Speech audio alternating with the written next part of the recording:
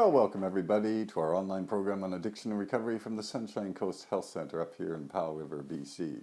And we've been talking about John Berryman, the famous poet and the perhaps even more famous alcoholic. And Berryman went to 6 different residential treatment centers after the age of 45. And then very sadly, in a drunken stupor, he jumped off the Washington Avenue Bridge and killed himself. So we're trying to figure out what happened, because he wrote this novel about his recovery.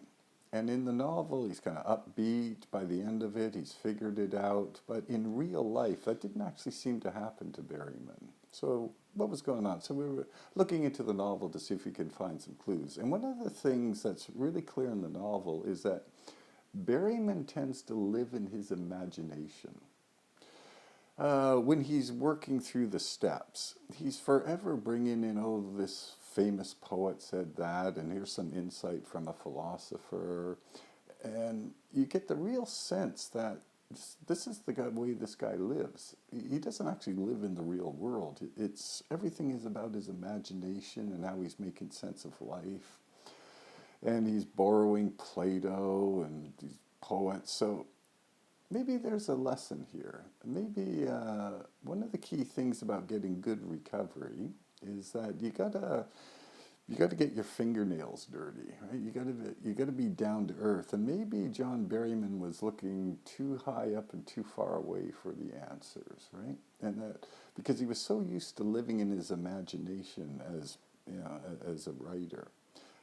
Who knows? We've actually, over the years, had a few clients at the facility who like to do that. One artist who actually told us that he spent most of his life trying to make his actual real life match art, which is kind of a weird idea because it should be the other way around. But he wasn't very successful either trying to do this, right? So maybe the lesson is, you got to deal with the real stuff in your life, right? The relationships, actual work, friendships, just basic, down-to-earth, real-life things, rather than live only in the imagination.